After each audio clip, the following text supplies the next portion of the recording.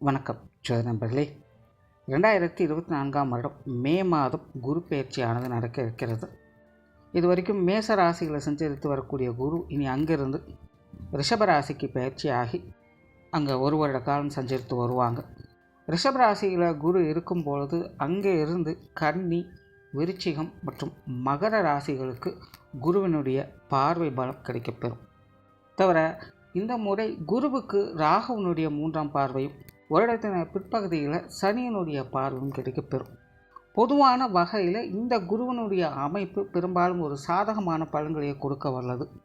குறிப்பாக காலபுருஷனுக்கு 2ஆம் இடத்தில் அடுத்து ஒரு வருட காலம் குருவனுடைய சஞ்சாரம் இருப்பதனால நாட்டினுடைய பொருளாதார வளம் அப்படிங்கிறது கொஞ்சம் அதிகரிக்கவே செய்யும். பொதுவான வகையிலேயே இந்த காசபண சமாச்சாரங்கள், பொருளாதார ரீதியான விஷயங்கள்லாம் பார்த்தீங்கன்னா இனி கொஞ்சம் அதிகமாக பேசப்படவும் செய்யும். தொழில் துறைகளில் நிறைய முன்னேற்றங்களையும் மாற்றங்களையும் எதிர்பார்க்கலாம். புதிய புதிய தொழில்நுட்பங்கள் உருவாவதற்கான வாய்ப்புகள் அதிகமாக இருக்கும். தொழில் வாய்ப்புகள், வேலை வாய்ப்புகள் போன்ற விஷயங்களை கொஞ்சம் அதிகரிக்கவே செய்யும். வெளிநாடு சம்பந்தப்பட்ட விஷயங்கள் மூலமாக சாதகமான பலன்களை எதிர்பார்க்கலாம். ஏற்றுமதி இறக்குமதி சார்ந்த விஷயங்கள் அனைத்தும் சிறப்பாக இருக்கும். ஆன்மீக துறை சார்ந்த விஷயங்களும் இனி சிறப்பாக இருக்கும். குறிப்பாக இந்த யோக சாதனாக்கள், ஆத்மபலம் போன்ற விஷயங்கள் இந்த காலகட்டங்களில் சிறப்பாக பேசப்படும். அறிவியல் தொழில்நுட்பங்கள் அப்படிங்கிறது அதிகரிக்க செய்யும். பொதுவான வகையிலேயே மக்களை பார்த்தோம்னா எதையுமே வெறுமனே நம்பாமல் ஆழ்ந்து சிந்தித்து செயலாற்றி வருவாங்க. இந்த மூட நம்பிக்கை சார்ந்த விஷயங்கள்லாம் பார்த்திங்கன்னா இந்த காலகட்டங்களில் கொஞ்சம் அடங்கி போகும் அப்படின்னு சொல்லலாம். மக்களுடைய பேச்சு திறன் அப்படிங்கிறது அதிகரிக்கும். பேச்சு துறை சார்ந்த விஷயங்களில் சாதகமான பலன்களை எதிர்பார்க்கலாம். ஸோ பொதுவான வகையில் இந்த குரு பயிற்சியானது பெரும்பாலும் ஒரு சாதகமான அமைப்புகளையே கொடுத்து வருது. பட் இந்த சனியினுடைய பார்வை மற்றும் ராகுவினுடைய பார்வைகள் கிடைக்கப்பெறதுனால குடும்பம் சார்ந்த விஷயங்களில் மக்களுக்கு சில இறுக்கமான சூழ்நிலைகள் அப்படிங்கிறது அவ்வப்போது வந்து போகும். அதாவது பொதுவாகவே எல்லாருக்குமே இந்த குடும்ப விஷயங்கள், காரியங்கள் அப்படிங்கிறது எதையும் எடுத்தோம் கூத்தோம் அப்படின்னு முடிக்க முடியாது. பார்த்து பக்குவமாக தான், அமைதியாக தான் ஹேண்டில் பண்ண வேண்டியதாக இருக்கும். குறிப்பாக குடும்பத்துக்குள்ளே இந்த வாய் நிதானம் அப்படிங்கிறது அதிகமாக தேவைப்படும். அதாவது நிறைய பேர் பார்த்திங்கன்னா கண்ட்ரோல் இல்லாமல் கொஞ்சம் லூஸ் டாக் விட்டுடுவாங்க. அதனால் சின்ன சின்ன வார்த்தைகள் கூட குடும்பத்துக்குள்ளே பெரிய அளவில் மனஸ்தாபங்களை கொண்டு வரக்கூடும். படிங்க, நல்ல விஷயம் என்னென்னா, அப்படி வரக்கூடிய பிரச்சனைகளுக்கு எதிர்காலத்தில் சொல்யூஷன் அப்படிங்கிறது கண்டிப்பாக கிடைக்கும். பட் இருந்தாலும் முடிஞ்ச அளவுக்கு கொஞ்சம் கண்ட்ரோலோடு இருக்கிறது இந்த குடும்ப விஷயங்கள், காரியங்களில் சாதகமான அமைப்புகளை ஏற்படுத்தும். விவசாயம் சார்ந்த விஷயங்கள் சற்று முன்னேற்றத்தோடு இருக்கும். கல்வி, வித்தை சம்பந்தப்பட்ட விஷயங்களில் சில மாற்றங்கள் அப்படிங்கிறது இந்த காலங்களில் ஏற்படும். எஜுகேஷன் சார்ந்த விஷயங்கள்லாம் பார்த்தீங்கன்னா பெருசாக டெவலப்மெண்ட் அப்படிங்கிறதுக்காது, பட் சின்ன சின்ன சேஞ்சஸ் அப்படிங்கிறது ஏற்படும். தங்கம் போன்ற ஆபரணம் சார்ந்த விஷயங்கள்லாம் பார்த்திங்கன்னா இந்த காலகட்டங்களில் கொஞ்சம் ஏற்றத்தோடையே இருக்கும். உடல்நலம் சார்ந்த விஷயங்களுக்கு முன்னேற்றங்களை கொடுத்து வரும். அதாவது புதிய புதிய மருந்துகள் கண்டுபிடிப்பதற்கான வாய்ப்புகள் இருக்குது. ஸோ இந்த மருத்துவத்துறை, ஃபார்மா போன்ற விஷயங்கள்லாம் பார்த்திங்கன்னா இந்த காலகட்டங்கள் கொஞ்சம் டெவலப்மெண்ட்டோடு இருக்கும். ஸோ பொதுவான வகையில் இந்த குரு பயிற்சியானது மற்ற கிரகங்களால் சின்ன சின்ன சங்கடங்கள் அப்படிங்கிறது வந்து போனாலும் கூட இந்த குருவினுடைய அமைப்பால் அந்த மாதிரியான சங்கடங்கள் குறைந்து ஒரு அமைதியான சூழலை வழிவகுத்து கொடுக்கும். இனி மேற்கொண்டு ஒவ்வொரு ராசி மற்றும் லக்ன ரீதியாக இந்த குரு பெயர்ச்சி எப்படி இருக்குது அப்படிங்கிறத பார்க்கலாம். மிதுன ராசிக்கு இதுவரைக்கும் உங்கள் ராசிக்கு லாபஸ்தானத்தில் சஞ்சரித்து வந்த குரு இனி உங்களுடைய ராசிக்கு போகஸ்தானமான 12ஆம் இடத்துல அடுத்த ஒரு காலத்திற்கு சஞ்சரித்து வரும். மிதுனத்தை பொறுத்த வரைக்கும் குரு 7க்கும் 10க்கும் அதிபதியாக வரக்கூடியவங்க. ஆகையினால் மிதுனத்திற்கு கிரகாதிபத்தி வகையில் மட்டுமல்லாமல் ஸ்தான பலங்களின் அடிப்படையிலும் குரு சுப கிரகமாகவே கருதப்படும். அப்படிப்பட்ட குரு இதுவரைக்கும் உங்களுடைய ராசிக்கு லாபஸ்தானத்தில் சஞ்சரித்து வந்தக்கூடிய அந்த காலகட்டங்களில் இந்த மிதுன ராசிக்காரங்க சில விஷயங்களில் காரிய அனுகூல அமைப்புகளை பெற்று வந்திருப்பாங்க. அதாவது உங்களுடைய வாழ்க்கையில் முடிக்க முடியாத சிக்கலான பிரச்சனைகளுக்கு தீர்வுகளை பார்த்து வந்திருப்பீங்க. முடியாது, நடக்காதுன்னு நினைத்த சில விஷயங்கள், காரியங்கள் சட்டென மாறி உங்களுக்கான அனுகூலங்களை ஏற்படுத்தி கொடுத்துருக்கும். குறிப்பாக மிதுன ராசிக்காரங்க இப்போ தான் இந்த அஷ்டமச்சனி அப்படிங்கிற நிலையிலிருந்து முழுவதுமாக வெளிவிட்டு வந்திருக்காங்க. அப்படிப்பட்ட நிலையில் கடந்த ஒரு வருட காலம் குருவும் உங்களுக்கு சாதகமான ஸ்தானங்களில் இருந்த பட்சத்தில் மிதுன ராசிக்காரங்க அவங்கவுங்களுடைய நிலைகளுக்கு ஏற்ப வாழ்க்கையில் சில முன்னேற்றம் தரக்கூடிய சூழ்நிலைகளை அவங்க பார்த்து வந்திருப்பாங்க. குறிப்பாக தொழில், வேலை, உத்தியோகம் சார்ந்த விஷயங்கள், திருமணம் சார்ந்த விஷயங்கள், புத்திரர்கள் சம்பந்தப்பட்ட விஷயங்கள், சொத்து சுகங்கள் சார்ந்த விஷயங்கள்லாம் உங்களுக்கு ஏதாவது ஒரு வகையில் சில முன்னேற்றம் தரக்கூடிய அமைப்புகளை கொடுத்து வந்திருக்கும். பல சிக்கலான இக்கட்டான சூழ்நிலைகளை கூட தலைக்கு வந்தது தலைப்பாக போச்சு அப்படின்னு சாமர்த்தியமாக நூதன முறையில் செயல்படுத்தி முடித்து வந்திருப்பீங்க. உங்களுக்கான தனித்துவத்தையும் தனித்திறமையும் வெளிக்காட்டி வந்திருப்பீங்க.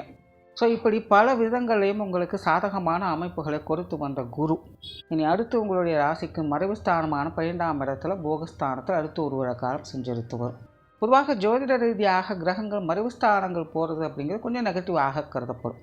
பட் இருந்தாலுமே பொதுவாக மறைவு ஸ்தானங்கள் இருக்கக்கூடிய கிரகங்கள் கெடுதலை தான் செய்யும் அப்படின்னு சொல்ல முடியாது. கிரக அமைப்புகள், ஸ்தான பலங்கள், கிரகங்களுடைய பார்வை, இப்படி இன்னும் பல விஷயங்கள் இருக்குது. அந்த வகையில் பார்க்கும்போது 12ஆம் இடத்துல வரக்கூடிய குரு அப்படிங்கிறது பொதுவான வகையில் பெரும்பாலும் நன்மைகள் செய்யக்கூடிய வகையிலே அமையும். கிளியராக சொன்னால் இந்த 12ஆம் இடத்துல வரக்கூடிய குரு பார்த்திங்கன்னா முன்னாடி சொன்ன மாதிரி தலைக்கு வந்து தலைப்பாகையோட போச்சு அப்படின்னு சொல்கிற மாதிரி பல இக்கட்டான சூழ்நிலைகளை பெரிய அளவில் சங்கடமாகவோ பிரச்சனையாகவோ வருமோ அப்படின்னு பயந்துட்டு இருந்த நிலைகளில் அதை சர்வசாதாரணமாக நிவர்த்தி பெற உதவி பண்ணும். பொதுவாக இந்த 12ஆம் இடத்துல குரு வரும்பொழுது ஒரு சில சங்கடங்கள் அப்படிங்கிறது தவிர்க்க முடியாததாக இருக்கும். பட் இருந்தாலுமே அதை நினைத்து பெரிய அளவில் கவலைப்பட வேண்டிய சூழ்நிலைகள் அப்படிங்கிறது அமையறது இல்லை.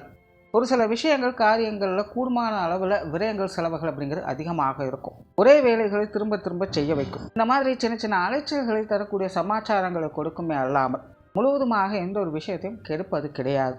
அதிலும் குறிப்பாக மிதுனம் அப்படின்னு வரும்போது கிரகாதிபத்தி வகையிலும் சரி, ஸ்தான பலங்கள் அடிப்படையிலும் சரி, இந்த குரு சுபராகவே இருக்கிறதுனால இந்த மறைவு ஸ்தானத்தில் வரக்கூடிய குரு பெரும்பாலும் உங்களுக்கு சுக சௌகரியங்களை அதிகம் கொடுத்து வருவாங்க.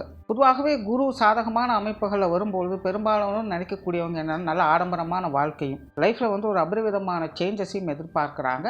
அதே போல் கடந்த காலங்களில் தீர்க்க முடியாத பல பிரச்சனைகளுக்கு தீர்வுகள் கிடைக்கும் அப்படிங்கிறதையும் எதிர்பார்க்குறாங்க. பட் இருந்தாலும் ஜாதக ரீதியாக அதனுடைய அமைப்புகள் கிடைக்கும் பட்சத்தில் தான் அந்த விஷயங்கள் நிவர்த்தி ஆகும்.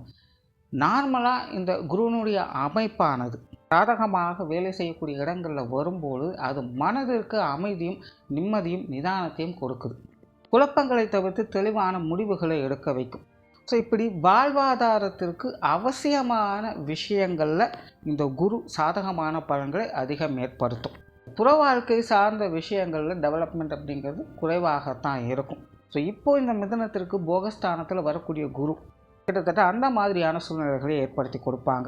குறிப்பாக மிதுன ராசிக்காரங்களுக்கு இந்த காலகட்டங்களில் ஓய்வு சார்ந்த விஷயங்களில் நாட்டம் அதிகம் ஏற்படும். நிறைய விருந்து விழாக்களுக்கு போயிட்டு வருவாங்க. உற்றார் உறவினர்கள், நண்பர்களுடைய பழக்க வழக்கங்கள் அப்படிங்கிற அதிகரிக்கும். நிறைய வெளி இடங்களுக்கு அடிக்கடி போயிட்டு வருவாங்க. இல்லைனா புதிய இடங்களுக்கு போயிட்டு வருவாங்க. சுற்றுலா போன்ற விஷயங்களை மேற்கொண்டு வருவாங்க. ஆலய தரிசனங்கள், திவ்ய தேச பிரயாணங்கள் போன்ற விஷயங்கள்லாம் மேற்கொண்டு வருவாங்க. மனமானது இறுக்கமாக இல்லாமல் கொஞ்சம் இயல்பான நிலையிலே இருக்க ஆசைப்படும். அதனால் இந்த காலகட்டங்களில் ரொம்ப ஹார்ட் ஒர்க் செய்கிறதுக்கெல்லாம் மனம் விரும்பாது. இருக்கிறத செஞ்சுட்டு நிம்மதியாக இருப்போம் அப்படிங்கிற மைண்ட் செட் தான் அதிகரிக்கும். அதே போல் நிறைய பேர் பார்த்திங்கன்னா இந்த காலகட்டங்களில் விஆர்எஸ் போன்ற விஷயங்களை செயல்படுத்திட்டு வருவாங்க. அதே போல் இன்சூரன்ஸ், செக்யூரிட்டி சார்ந்த விஷயங்களில் ஈடுபாடுகள் அதிகரிக்கும். இந்த லாங் டேர்ம் இன்வெஸ்ட்மெண்ட் சார்ந்த விஷயங்களில் ஈடுபட்டு வருவாங்க. அதே போல் நிறைய பேருக்கு இந்த வெளியூர் மற்றும் வெளிநாடு சார்ந்த விஷயங்களும் அவங்களுக்கு ஈடுபாடுகள் அதிகரிக்கும். நிறைய பேருக்கு வெளிநாடு யோக வாய்ப்புகள் போன்ற விஷயங்கள் அமைவதற்கான வாய்ப்புகள் இந்த காலகட்டங்களில் உண்டு. சொத்து சுகங்கள் மற்றும் வாகனம் சார்ந்த விஷயங்கள் இருந்து வந்த பிரச்சனைகள் இந்த காலகட்டங்களில் தீரும். நிறைய மிதுன ராசிக்காரங்களுக்கு இந்த அஷ்டமச்சனி காலத்தில் பார்த்திங்கன்னா உடல்நலம் சார்ந்த விஷயங்கள் அல்லது சொத்து சுகங்கள் சார்ந்த விஷயங்களில் கொஞ்சம் கூடுதலான பிரச்சனைகள், மனஸ்தாபங்கள் போன்ற விஷயங்கள்லாம் ஏற்பட்டிருக்கும். அந்த மாதிரியான சமாச்சாரங்கள்லாம் பார்த்திங்கன்னா இந்த காலகட்டங்களில் சரியாவதற்கான வாய்ப்புகள் இருக்குது. சொத்து சுகங்களில் ஏதாவது ஒரு வில்லங்கங்கள் ஏற்பட்டாலும் கூட அது எல்லாமே இந்த காலகட்டங்கள் நிவர்த்தி பெறும் தன்மையை பெற்றதாக மாறும். பட் இருந்தாலும் மிதுனத்தை பொறுத்த வரைக்கும் இந்த வீடு, மனை, பூமி, வாகன யோகம் அப்படிங்கிறது குறைவு. அதாவது புதிதாக நீங்கள் அதை செயல்படுத்துகிறீங்க அப்படிங்கும்போது அந்த விஷயங்களை மிதுன ராசிக்காரங்க கொஞ்சம் சிந்தித்து செயல்படுறதுனால குறிப்பாக உங்கள் கைமீறி இந்த விஷயங்கள் போயிடாத மாதிரி பார்த்துக்கணும். மற்றபடி சொத்து சுகங்கள், வாகன ரீதியான பழைய பிரச்சனைகளுக்கு தீர்வுகள் அப்படிங்கிறது இந்த காலகட்டங்களில் கிடைக்கப்பெறும். அதே போல் உடல்நலம் சார்ந்த விஷயங்களில் கூட மிதுன ராசிக்காரங்களுக்கு ஒரு முன்னேற்றம் தரக்கூடிய காலகட்டமாக அமையும். கிட்டத்தட்ட இந்த கொரோனா பீரியடுக்கு அப்புறமே மிதுன ராசிக்காரங்களுக்கு இந்த உடல்நலம் சார்ந்த விஷயங்களில் நிறைய மாற்றங்கள் அப்படிங்கிறது கொஞ்சம் ரெஸ்ட்லெஸ்ஸாகவே ஃபீல் பண்ணிட்டு வருவாங்க. நிறைய உடல் அலைச்சல்கள், சோர்வுகள் போன்ற விஷயங்கள் மிதுன ராசிக்காரங்களுக்கு தவிர்க்க முடியாததாகவே இருக்கும். பட் இந்த காலகட்டங்களில் பார்த்தீங்கன்னா உங்களுக்கு ஓய்வு தரக்கூடிய அமைப்புகளை ஏற்படுத்தி கொடுக்கும். கொஞ்சம் ஃப்ரீ மைண்டடாக இருப்பீங்க. மன ரீதியாகவும் உடல் ரீதியாகவும் உங்களுக்கு சுக அமைப்புகளை ஏற்படுத்தி கொடுக்கும். ஸோ மிதுன ராசிக்காரங்களுக்கு இந்த உடல்நல சங்கடங்கள் அப்படிங்கிற இந்த காலகட்டங்களில் குறைய ஆரம்பிக்கும். அதே போல் கடன் சார்ந்த பிரச்சனைகள், குடும்ப பிரச்சனைகள் போன்ற விஷயங்கள்லாம் கூட இந்த காலகட்டங்களில் கொஞ்சம் கட்டுக்கோப்பாக மாற ஆரம்பிக்கும். பெரும்பாலும் மிதுன ராசிக்காரங்க இந்த காலகட்டங்களில் ஒரு சமாதான பிரியராக இருந்து வருவீங்க. ஸோ பெரிய அளவில் மனஸ்தாபங்கள், சங்கடங்கள் அப்படிங்கிறது உங்களுக்கும் மற்றவங்களுக்கும் அவ்வளோ சீக்கிரம் ஏற்படாது. அதே போல் பொருளாதார வாழ்க்கை கூட உங்களுக்கு ஓரளவுக்கு சாதகமாகவே இருக்கும். பட் மிதுன ராசிக்காரங்க கவனமாக இருக்க வேண்டியது உங்களுடைய விரயங்கள், செலவுகள் போன்ற விஷயங்கள் தான். ஏன்னா எந்த அளவுக்கு வரவுகள் இருக்கோ கண்டிப்பாக அதே அளவுக்கு செலவுகளும் விரயங்களும் கூடுதலாக இருக்கவே செய்யும். ஸோ இந்த பொருளாதாரம் சார்ந்த விஷயங்களை சரியான திட்டமிடுதல்கள் அப்படிங்கிறது மிதுன ராசிக்காரங்களுக்கு கண்டிப்பாக தேவை. பட் இருந்தாலுமே மிதுனத்திற்கு இந்த பொருளாதாரம் அப்படிங்கிறது சமாளிக்கக்கூடிய நிலைகள் இருக்கும் அப்படிங்கிறது ஒரு நல்ல விஷயம். தொழில், வேலை, உத்தியோக ரீதியாக நிறைய சாதகமான அமைப்புகள் இருந்தாலும் கூட நிறைய மாற்றங்கள் அப்படிங்கிறது இருக்கவே செய்யும். மிதுன ராசிக்காரங்க இது சார்ந்த விஷயங்களில் எதையும் எடுத்தோம் கவுத்தோம் அப்படின்னு முடிவு செய்ய முடியாது. கொஞ்சம் யோசித்து தான் செயல்பட்டாகணும். நிறைய பேருக்கு இடத்தை மாற்றணும் அப்படிங்கிற எண்ணம் அப்படிங்கிறது அதிகரிக்கும். வேலை செஞ்சுட்டு இருக்கிறவங்க இந்த வேலையை விட்டுட்டு இன்னொரு வேலைக்கு போகலாமா அப்படிங்கிற டெசிஷன் இருப்பீங்க. தொழில் செய்கிறவங்களுக்கு கூட இந்த தொழில் விட்டு வேறு ஏதாவது செய்யலாமா, இல்லை வேறு இடங்களுக்கு மாறலாமா அப்படிங்கிற எண்ணத்தில் இருப்பீங்க. ஸோ அந்த மாதிரியான விஷயங்கள், காரியங்கள் அமைவதற்கான காலகட்டம் தான் அது. பட் இருந்தாலுமே அது சார்ந்த விஷயங்களை ஒன்றுக்கு பல தடவை யோசித்து செயல்படுறதே நல்லது. ஏன்னா இடமாற்றங்கள் அப்படிங்கிறது எந்த அளவுக்கு தவிர்க்க முடியாதாக இருக்கோ அதே அளவுக்கு இடமாற்றத்தினால பெரிய அளவில் மாற்றங்கள் இருக்காது அப்படிங்கிறதையும் ஏற்றுக்கணும். ஏன்னா சில விஷயங்கள்லாம் கொஞ்சம் சேஞ்ச் பண்ணி பார்த்தா நல்லா இருக்குமா அப்படின்னு தெரிஞ்சுக்கிறதுக்காக தான் நம்ம அதை சேஞ்ச் பண்ணவே செய்வோம். பட் இருந்தாலும் எந்த ஒரு டிஃப்ரென்ஸும் அதில் இல்லை அப்படிங்கிற பட்சத்தில் அந்த சேஞ்ச் பண்ணுறது அவசியமே இல்லாத ஒரு விஷயமாக இருக்கும். ஆகையினால் தவிர்க்கவே முடியாத சூழ்நிலைகளை இந்த இடமாற்றங்கள் அப்படிங்கிற விஷயங்களை ஏற்றுக்கொள்ளலாம். மற்றபடி இடமாற்றங்கள் அப்படின்னு வரும்போது கொஞ்சம் சிந்தித்து செயல்படுறதே நல்லது. புதிய வேலை வாய்ப்புகள், தொழில் வாய்ப்புகள் போன்ற விஷயங்கள் உங்களுக்கு ஓரளவுக்கு சாதகமாகவே வேலை செய்யுது. தவிர புதிதாக வேலை தேடிக்கொண்டு இருப்பவங்களுக்கு இந்த வருடம் கொஞ்சம் கூடுதல் முயற்சி அப்படிங்கிறது தேவைப்படும். ஏன்னா மிதுன ராசிக்காரங்க இந்த காலகட்டங்களில் கொஞ்சம் ரெஸ்ட் எடுக்கவே விரும்புவாங்க.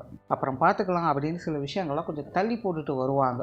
ஸோ இந்த வேலை வாய்ப்பு சார்ந்த விஷயங்களில் கூட இந்த மாதிரியான சமாச்சாரங்கள் அதிகமாக தென்படுது. ஸோ மிதுன ராசிக்காரங்களுக்கு இது சார்ந்த விஷயங்களில் கொஞ்சம் கூடுதல் முயற்சி என்பது தேவைப்படும். மாணவர்களுக்கு கல்வி மற்றும் வித்தை சார்ந்த விஷயங்கள் ரொம்பவுமே சாதகமாக இருக்குது. இதுவரைக்கும் மிதுன ராசிக்கார மாணவர்கள் அவங்களுடைய வாழ்க்கை சூழ்நிலையும் சரி, அவங்களுடைய கல்வி நிலைகளையும் சரி, ஒரு விதமான இறக்க நிலைகளும் மந்த நிலைகளையுமே பார்த்து வந்திருப்பாங்க.